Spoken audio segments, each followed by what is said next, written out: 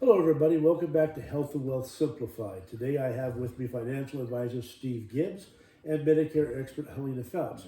We're going to talk about some of the ins and outs of something called a QCD, or a Qualified Charitable Deduction. And a Qualified Charitable Deduction, QCD, is a lot different from a CBD, which you might need after learning all this stuff. Steve, how's this work? So it's true, Bob. They both work to help you relax. But a qualified charitable distribution, it's a way for retirees to give back to charity while potentially enjoying some tax savings. So it's a win-win. So when you reach the age that you have to start removing money from your retirement account, you can directly transfer money from your IRA, and it goes directly to a qualified charity, and it'll count as your required minimum distribution when you do that. Okay, we talked about that a couple episodes ago, Right. RMD. Yes. So it sounds like a double benefit, Yes. helping charities and reducing your taxes. We like that. Yes. Well, I have a question. How do you set this up? Is it like setting up an IRA where you have to go through the finances and pick one institution and they only get it, or can you make a change, or is it more like a deduction like you would check a box? I'm a little hazy about how this works. So that's completely understandable why it would be hazy, because it deals with the IRS, right? So anytime you get a benefit, you have to do more paperwork. But the thing is, you can choose to take this out of any one of your IRAs. So if you've got 4 IRAs, you could do from one year, one another year. And then you could also choose which charity it goes to every year. It's not like you're stuck with one charity for the rest of your life. Now, there is some paperwork because you want to identify it as a qualified charitable distribution. And the reason that's important is because it's not like, so you're thinking, well, okay, so if this money is coming to me, I can just write a check and send it to charity, right? Yeah. But that gets included on one of your lines on your 1040. Yes. We don't want that. With a qualified charitable distribution, Easy I for think you I to might need some CBD myself. What you're going to do is the money's going to go directly from your retirement account to the charity.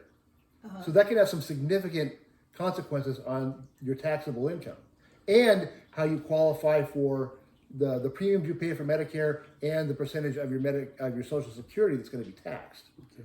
So the money just literally jumps over. It never goes into your account, so you never pay Right. tax It on it. doesn't go on your permanent record with the IRS. So give me some real world examples then of this. Certainly. So just worked with a client recently who had always given to charity. He was very charitable inclined, and he had reached the age where he had to start taking money out of his IRA accounts. Right. He had a lot of IRA accounts, and he realized that the minimum distribution, which he didn't need, was about the same amount that he was going to give the charity anyways.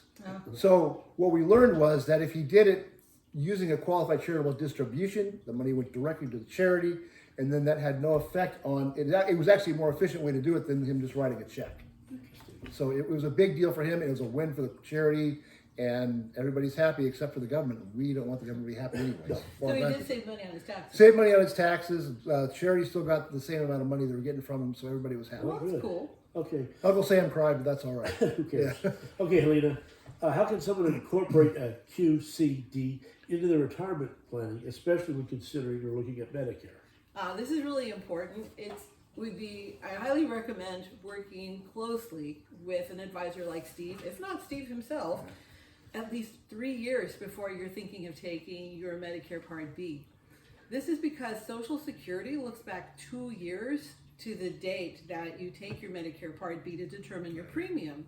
So if you have a higher premium when you were working, or at this time just 2 years before you took Medicare Part B, you're going to pay a higher Medicare premium because there's a base one and it goes up on a sliding scale. So this affects not only your Part B, but your Part D. So if you plan ahead, you can lower your taxable income through the qualified charitable distribution, and you might lower your future Medicare premiums. So you save money and taxes. Yep. Oh, That's hey, awesome. That's we love all that. that's good information. Yeah. I All like right, that. Yeah. that is fantastic, All guys, and our time is just about up. I want to thank you for sharing your expertise. Thanks for having us. We'll see you again. All right. Thank you.